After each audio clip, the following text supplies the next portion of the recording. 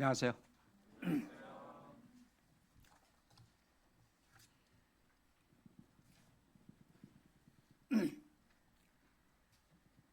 핀란드에 나가서 지난 7년 동안 메시지 전하면 제가 항상 저희 동역자한테 야단 맞는 일이 있습니다.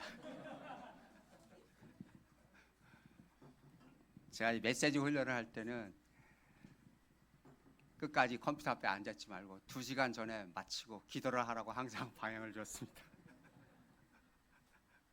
그래서 저희 동역자가 양들한테는 그렇게 훈련 주더니 본인은 항상 주일날 아침 내내 메시지 붙들고 있다고 오늘 저 아침에도 그래서 혼났습니다.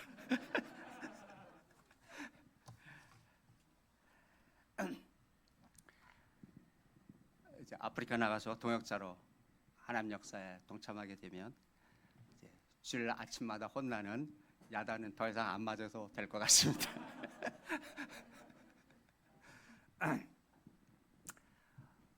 오늘 말씀의 제목은 하나님께 영광을입니다. 요절은 26장 후반절과 27절입니다. 저와 여러분이 함께 읽겠습니다. 시작. 이 복음으로 너희를 경고케 하실 지혜로운 하나님께 예수 그리스도로 말미암아 영광이 세세 무궁하도록 있을지어다. 아멘. 장학 기도하고 시작하겠습니다. 감사하는 주님, 저희들 일주일 동안 동행하시고 이 거룩한 날 주 앞에 나와 주님의 이름을 부르며 찬양하고 주의 말씀을 들으며 새로운 힘을 얻게 도우시니 감사합니다. 저희 예배를 통해서 주께서 영광 받아 주십시오. 또 주의 종들에게 주시는 하나의 말씀을 부족한 저를 통하여 대언해 주시기를 기도드립니다. 주께서 성령으로 저희를 인치시고 하나님 말씀만이 드러나게 도와주시고 주의 이름만이 영원롭게 하여 주시옵소서. 예수님의 이름으로 기도드립니다. 지난해 8월에 시작한 로마서 말씀 공부를 이제 마무리하게 되었습니다. 저도 11장부터 16장까지 7강의를 함께 공부하며 많은 은혜를 받고 또 아프리카에 나가 새롭게 시작할 선교 생활의 방향을 설정하게 되었습니다. 15장 14절에서 바울은 이 로마서에 대해 담다히 대략 썼다고 했습니다. 15장 그러나 실제 다른 어떤 성경의 낫권보다 로마서만큼 많은 추석서가 나온 책이 없습니다. 마틴 로이드 존스만 해도 총 14권에 달하는 방대한 추석 설교집을 썼지만 그도 14장에서 멈췄습니다. 그렇게 로마서가 밝혀주는 구속 역사의 원대함은 평생을 두고 공부한다 하더라도 그 원대함은 어느 책보다도 깊고 또 높다고 할 수 있습니다. 이제 창세기 공부를 앞두고 있는 저희는 창세기로부터 그리스도의 복음에 대한 그 근원으로부터 살펴볼 수 있는 기회를 갖게 되었습니다. 로마서를 마치고 창세기 성경 공부를 축복하시기를 기도드립니다. 제가 오늘 여러분과 함께 살펴보고자 하는 16장 21절에서 27절은 지난주 살펴본 16장의 세 번째 파트, 곧 마무리 송영 부분입니다. 바울은 여기서 다시 한번 왜 그가 이 긴 편지를 썼는지 이 편지의 대강을 밝히며 축도로 편지를 마무리합니다. 도영 목사님은 이것이 긴 편지에 쓰는 PS와 같다고 하셨습니다. 우리도 이를 통해 이미 공부한 로마서 전체를 돌아보며 저자 바울의 소원이 우리 삶 속에서 이루어질 수 있기를 기도드립니다. 아멘.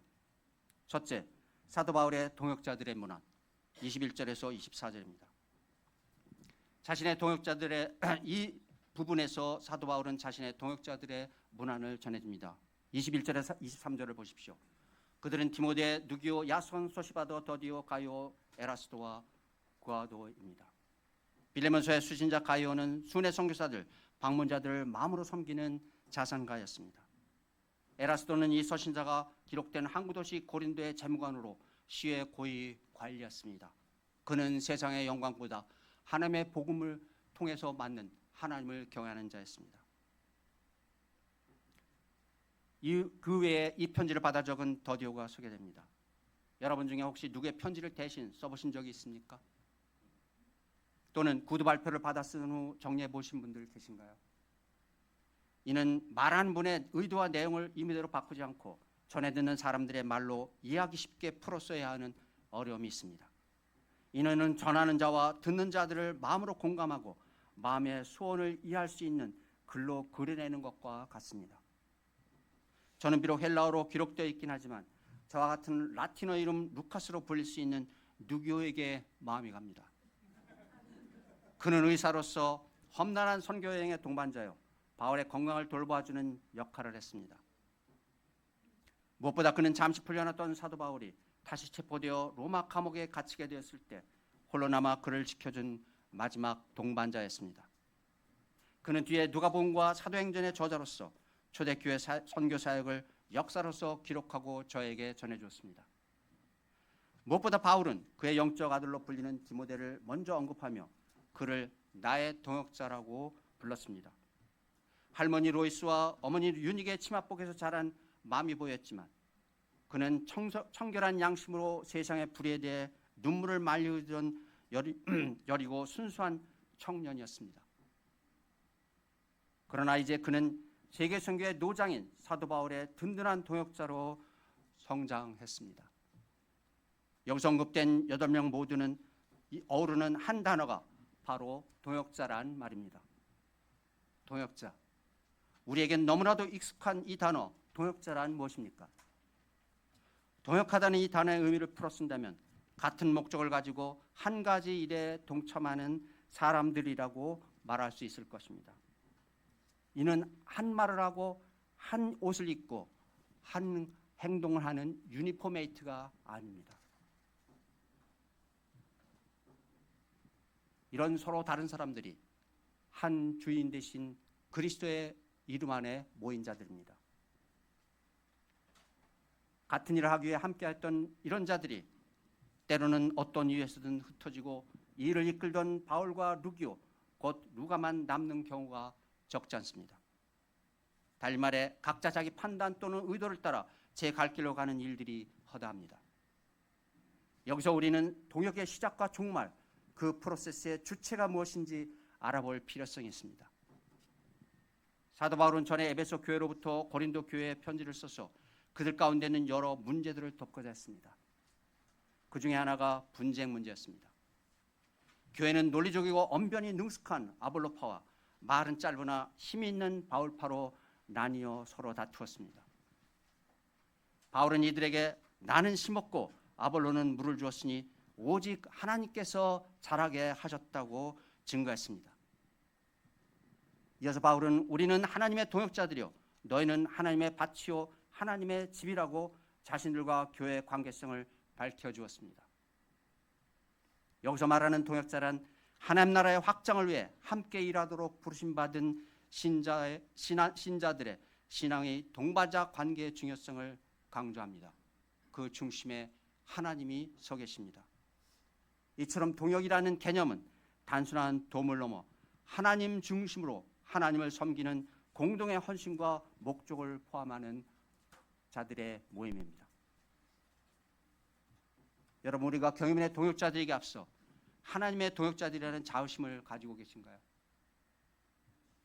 우리의 교회 경유민의 양들과 청년들, 자라나는 이세들이 우리에게 맡겨주신 하나님의 밭이됨을 의식하고 계십니까? 그렇다면 이 밭의 주인이신 하나님께서 우리를 일하게 하시고 우리의 손발을 쓰셔서 맡기신 자들을 친히 자라게 하심을 믿으십니까? 그 자라난 양들이나 자녀들의 성공이 우리의 상급이 아니라 오직 하나님 자신이 우리의 상급이 되기를 소원하십니까? 그러면 그들을 하나님의 그의 뜻대로 키우게 맡기시고 모든 것을 주께 의뢰함으로 때를 따라 돕는 성령의 인도하심을 받으시기를 간절히 기도합니다. 여러분은 지금의 선교센터에 자리 잡은 옛날 한옥을 기억하십니까? 저도 그 집에서 무릎 꿇고 이 집이 우리의 세계 선교에 대한 비전을 담은 선교센터로 거듭나게 해달라고 기도했습니다. 마침내 때가 되어 한 설계사무소는 우리의 재장성과 선교 비전을 따라 설계도를 완성했습니다. 건축 시공자는 이 설계도에 따라 굴삭기, 레미콘, 미장공, 전기공, 배관공을 데려왔고 공사를 진행시켜 나갔습니다. 여러분, 그렇게 2년 가까운 시간 동안 어떻게 허드레한 한옥집이 20여 명 학생과 선교에 수고하시다 우리를 방문하시는 선교사님들의 쉼터로 변화되어 가는지 친히 지켜보셨습니다. 여러분, 이 경희문이 두 채 건물 컴플렉스가 아니라 하나님의 집, 곧 하나님의 교회임을 늘 의식하고 계십니까? 그렇다면 우리는 건축자 하나님의 설계대로 하나님의 집을 지어가는 하나님의 동역자임을 인식해야 할 것입니다. 건축자는 하나님이시요, 우리는 그가 배치하신 곳에서 그의 설계도에 따라 그의 정하신 대로 공정을 이루어할 것을 믿고 자신을 드리는 자들입니다. 그럴 때 우리는 이 사역에서 나의 생각, 나의 방법, 나의 계획, 나의 경험을 내려놓고 겸손히 건축자 되신 하나님의 뜻과 구상을 찾고 자기를 비워 그 뜻을 따르게 됩니다. 이것이 동역입니다. 이 하나님의 집이 그의 뜻대로 지어져 그의 보내신 영혼들이 우리와 같은 하나님의 동역자로 세워져 나가는 비전을 바라봅니다. 그리고 그들과 함께 영원한 하나님의 집이 완성되기까지 필요한 모든 것을 채우시고 공급하실 하나님을 믿습니다. 이제 저는 여러분의 기도의 지원을 받고 먼저 하신 제임스 요고자 숭사님들의 발자취를 따라 아프리카로 나갑니다. 저를 귀하신 주의 종들과 더불어 아프리카라는 밭에 복음의 씨를 뿌리는 일에 쓰시고 그 복음이 듣는 자들의 심령에 칠이 자라나게 하실 것을 믿습니다. 저희를 위해 기도하시고 서로 문안할 때 귀하신 여러분 한 분 한 분의 이름 뒤에 지금은 전해지지 않은 본문 24절을 이어갈 새로운 이름들이 여러분의 아름다운 동역을 통해 이 집에서 자라나고 성장하기를 기도드립니다. 둘째, 하나님께 영광을. 다 함께 25절에서 27절을 읽겠습니다. 시작.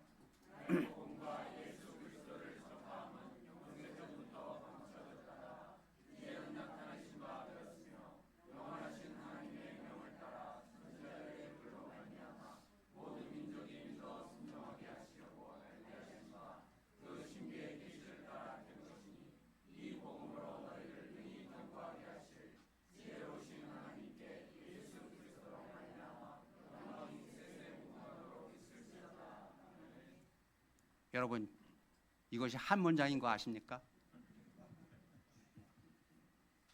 바울은 이 긴 편지 마무리에 다시 한번 로마서 전체 핵심 내용을 이 한 절에 요약하고 있습니다.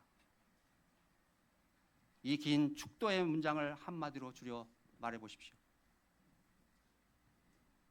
본로만 줄인다면 하나님께 영광이 있을지어다입니다. 그렇다면 우리는 어떻게 하나님께 영광을 돌릴 수 있습니까? 세상의 모든 일의 주체는 I, my, me and mine입니다. 자신의 의지와 뜻을 관철하고 목표를 달성하고 모든 것을 이상대로 세우고 물불을 가리지 않고 이뤄내는 사람들의 행동 양식입니다. 이런 자들을 세상은 영웅이라고 하고 성공한 사람들이라고 말합니다. 그러나 이런 삶은 궁극적으로 자기 영광과 자기 만족을 추구하게 됩니다. 그러나 이 땅의 모든 것을 누리고 모든 것을 성취한 자들이라도 그 모든 것이 일시적이요 상대적이라는 것을 깨닫는 날이 속히 오게 됩니다. 그래서 로마의 개선장군 퍼레디에서 그가 탄 수레 옆에서 한 시종은 끊임없이 한 문구를 낭송하라는 특명이 주어집니다. 메멘토 모리, 메멘토 모리, 메멘토 모리. 너는 반드시 죽는다는 것을 기억하라. 그러나 믿는 자들이 하나님께 영광 돌리는 삶은 이와는 근본적으로 다릅니다. 오늘 요절 말씀 26절, 27절을 다시 한번 보겠습니다. 이 복음으로 너희를 능히 경고케 하실 지혜로우신 하나님께 예수 그리스도로 말미암아 영광이 세세 무궁하도록 있을지어다. 아멘. 우리가 어떻게 하나님께 영광을 돌릴 수 있습니까? 본문은 오직 그리스도 곧 그리스도의 복음을 통해서만이 우리의 모든 것이 하나님께 영광이 될 수 있다고 합니다. 여기서 우리는 우리가 받은 복음의 본질과 복음 전파의 목적과 복음의 능력을 다시 한번 확인할 수 있습니다. 복음이란 무엇입니까? 이 복음은 하나님이 선지자들을 통하여 그의 아들에 관하여 성경에 미리 약속하신 것이라 그의 아들에 관하여 말하면 육신으로는 다윗의 혈통에서 나셨고 성결의 영으로는 죽은 자들 가운데서 부활하사 능력으로 하나님의 아들로 선포되셨으니 곧 우리 주 예수 그리스도라. 달말의 복음이란 하나님의 약속의 말씀대로 이 땅에 오신 예수 그리스도께서 십자가에 못 박혀 죽으심으로 우리 모두의 죄를 치르시고 우리를 죄로부터 자유롭게 하시고 죽음에서 부활하심으로 우리의 삶의 능력이요 산 소망이 되셨다는 것입니다. 이 땅엔 3,800여개의 언어가 있습니다. 놀랍게도 그와 거의 같은 우상들이 존재합니다. 그러나 그 어떤 신이 자신의 피조물을 친히 그들과 같아질 뿐만 아니라 또 십자가에 죽기까지 자신을 내어 주었다는 것을 들어본 적이 있으십니까? 이 십자가의 사랑이야말로 우리가 믿는 하나님을 유일하신 하나님답게 해줍니다. 자신의 아들도 아끼지 않은 하나님께서 우리에게 무엇을 주시지 않겠습니까? 그러므로 이 복음은 세상에 대한 하나님의 무한하신 사랑의 증거요 믿는 자들의 승리에 대한 확신입니다. 그러므로 우리는 사도 바울과 함께 고백합니다. 8장 37절에서 39절입니다. 그러나 이 모든 일에 우리를 사랑하시는 이로 말미암아 우리가 넉넉히 이기느니라. 내가 확신하노니 사망이나 생명이나 천사들이나 권세자들이나 전쟁이나 장래일이나 능력이나 높음이나 깊음이나 다른 어떤 피조물이라도 우리를 우리 주 예수 안에 있는 하나님의 사랑에서 끊을 수 없으리라. 그러나 어떻게 이 그리스도의 복음으로 하나님께 영광을 돌릴 수 있습니까? 사도 바울은 1장 5절에서 이 예수님으로 말미암아 우리가 은혜와 사도의 직분을 받아 그 이름으로 인하여 모든 이방인중에서 믿어 순종케 한다고 했습니다. 이것이 독일에 파송한 저의 파송 요절입니다.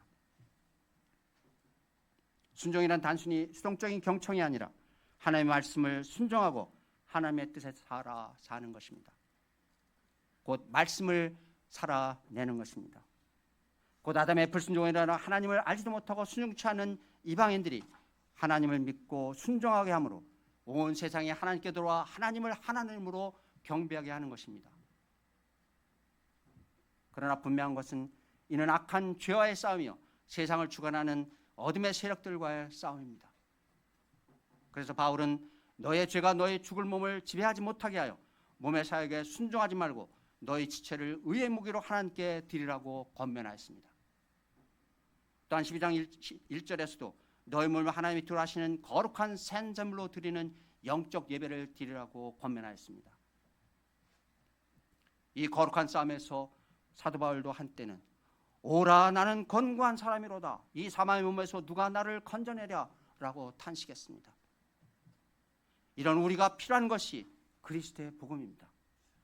이것이 바울로 하여금 이 거룩한 싸움을 싸우는 로마 교회에 이 편지를 쓴 이유입니다. 26절 후반절과 27절을 다시 한번 보겠습니다. 이 복음으로 너희를 능히 경고케 하실 지혜로우신 하나님께 예수 그리스도로 말미암아 영광이 세세무궁하도록 있을지어다. 아멘. 신약 성경에서 경고하게 하다는 믿음을 강화하거나 신자들을 세우거나 개인의 결의나 목적을 확정하는 데 사용합니다. 곧 모든 믿는 자들이 시련을 이겨내고 믿음을 지킬 수 있도록 그리스도의 복음 안에 굳건한 기초를 다져야 함을 보여줍니다. 저는 1988년 로마서 1장 5절 말씀을 받고 독일로 파송받았습니다. 3년의 군생활 동안 주님은 아버지의 사모로 인해 사로잡은 어둠의 문제를 극복하게 하시고 제게 젊은이들에게 빛을 주는 삶의 방향을 주셨습니다. 그렇게 경험해 와서 첫 7년 사역 동안 주님은 그리스도의 복음의 능력을 실제 사역에서 체험케 하시고 생명의 빛 되신 예수를 증거하는 삶을 살게 하셨습니다. 이 은혜의 시기를 생각하면 지금도 가슴이 뜁니다. 그러나 선교일선에서 나날은 모든 것을 내려놓고 처음부터 다시 시작했습니다. 새벽기도 모임 때면 리디아 성사가 먼저 기도하고 노트에 독일어로 급히 기도 내용을 써주면 저는 그저 그것을 읽는 식의 기도를 시작했습니다. 그 기도 시간이 지나면 저희는 각자 부랴부랴 집으로 돌아가 아침을 먹고 직장으로 흩어지는 일상이 계속되었습니다. 아이러니컬하게도 그런 모임을 인도하던 저희 요역자는 종종 일하지를 못해 기도에 기도 모임에 빠졌습니다. 때로는 리자 선교사 저 둘이 저희 교회 새벽 기도 모임을 이루었습니다. 아침을 깨우는 일처럼 전날의 스트레스와 피곤한 육신을 넘어 영혼을 깨우는 힘이 필요하다는 것이 저희 선교 첫 해의 배움으로 남았습니다. 독일어 코스가 끝나고 저는 본격적으로 양들을 초청하고 일대를 시작했습니다. 여러 양들 중에 지금의 에바트 목자의 만남과 섬김, 그의 변화와 그의 믿음의 선한 싸움은 오늘 본문의 실질적인 적용입니다. 저는 그를 7번 방문했지만 만나지 못하고 돌아와야 했습니다.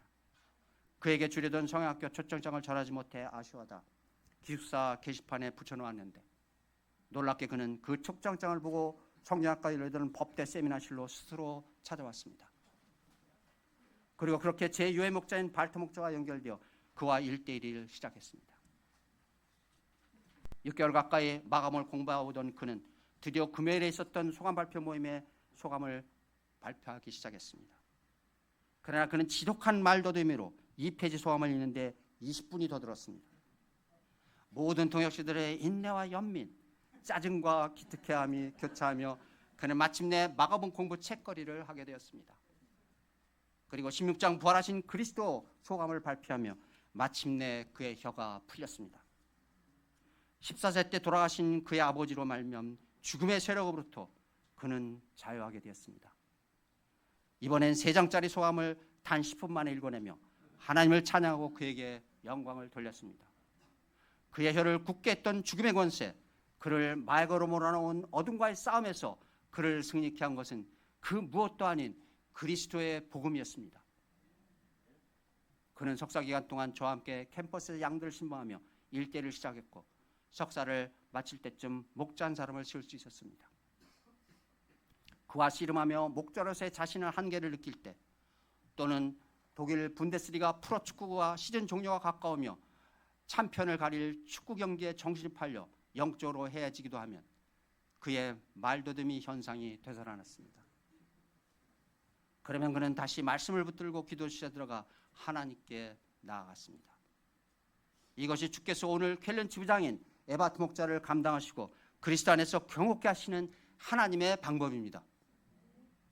이것이 저와 여러분이 복음을 순종해야 하는 이유, 복음을 전하는 동기요, 우리가 맡은 사람들을 경고케 하는 복음적 제자 양성입니다. 국제 수양회 때마다 새 얼굴의 목자가 나타나면 여접시 듣게 되는 질문이 누구 양이냐는 질문입니다.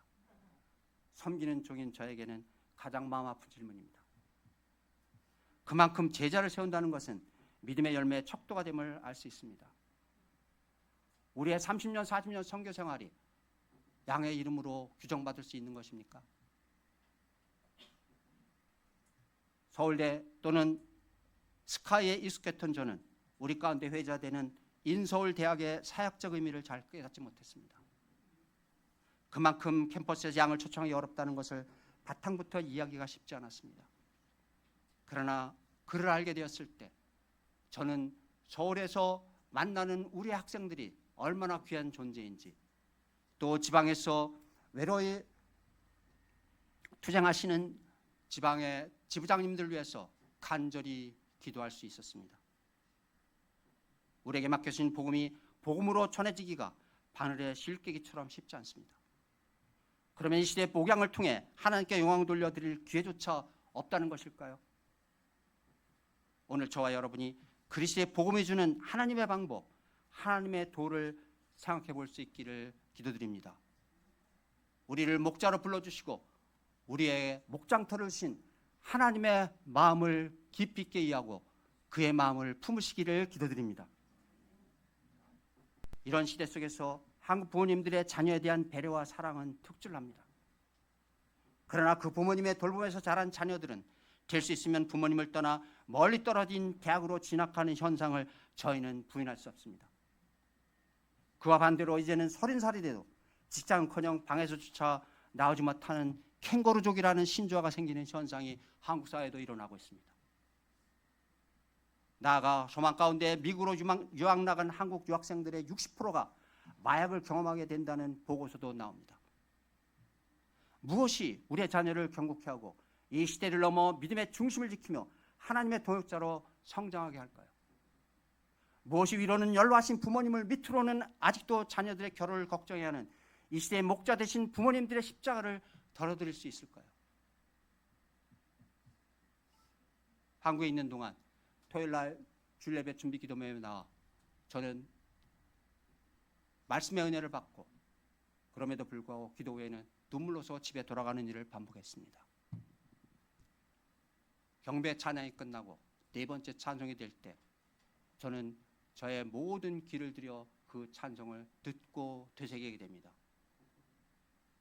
우린 양과 같아서 제 갈 길로 갔으나 그는 우리의 죄를 친히 감당하셨도다.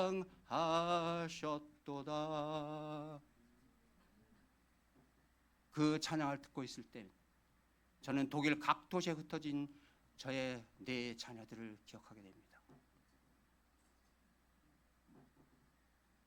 그들은 그들이 받은 상처와 그들이 받은 복음관을 가지고 각 도시로 흩어져 나갔습니다. 그들을 위해 기도할 때마다 저는 제가 해주지 못한 것, 제가 그들에게 한 실수를 기억하고 저의 죄를 고백하게 됩니다. 그럼에도 불구하고 그들을 위해 기도하는 것은 바로 그들의 죄와 나의 죄를 우리 주 예수 그리스도께서 다 감당하셨기 때문입니다.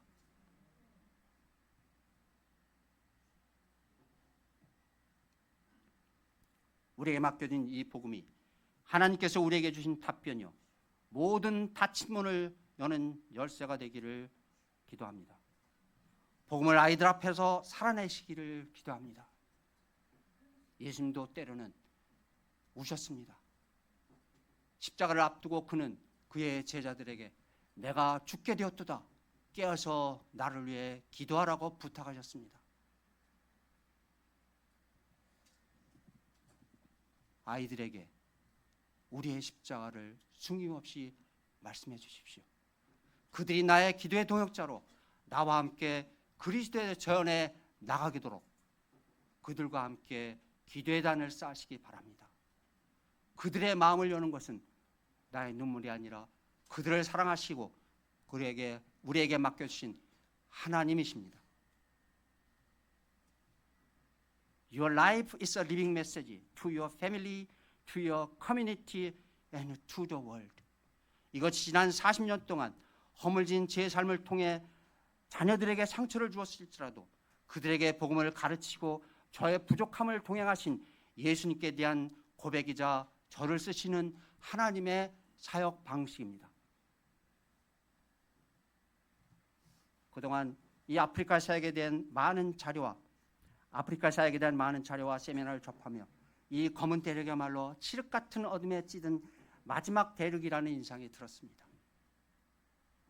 또 정년 후 하시던 사업을 접고 기육하시는 선교사님들의 고충을 깊이 이해할 수 있었습니다. 그래서 그곳에 남아 사역을 섬기시는 제임스 선교사님과 여호사 선교사님이 나의 마음의 진정한 본이됨을 저는 오늘도 고백합니다. 그러나 지난해 우간다 신방을 통해 체험한 것은 평균 연령 16세, 평균 수명 47세인 우간다 이 나라의 사람들의 삶에 대한 의지, 5시에 일어나 학교를 가는 그곳 초등학생들의 배움에 대한 간절한 소망이었습니다. 2007년 케냐에 있었던 아프리카 수행의 제목이 The Hope of Africa였습니다. 그로부터 5년 뒤 남아공 수행의 테마는 You will be my witness였습니다. 이제 14년이 지난 올해 저는 아프리카에 대한 하나님의 소망을 붙들고 복음의 도역자로 나가게 됩니다.